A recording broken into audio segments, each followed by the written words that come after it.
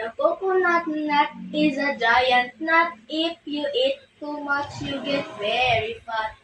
Now the coconut nut is a big nut, but this delicious nut is not a nut.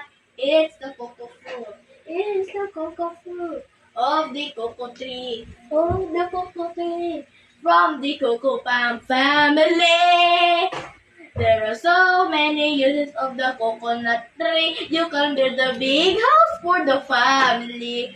All you need is to find the coconut man. If he cuts the tree, he gets the food free. It's a cocoa fruit. It's the cocoa fruit of the cocoa tree. Of the cocoa tree.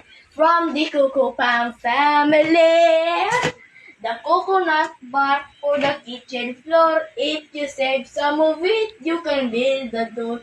Now the coconut trunk, do not throw this junk. If you save some of it, you have a second floor.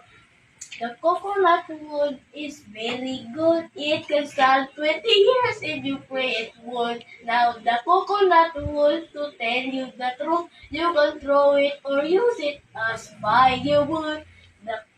The coconut leaves good shade it gives for the roof, for the walls up against the eave.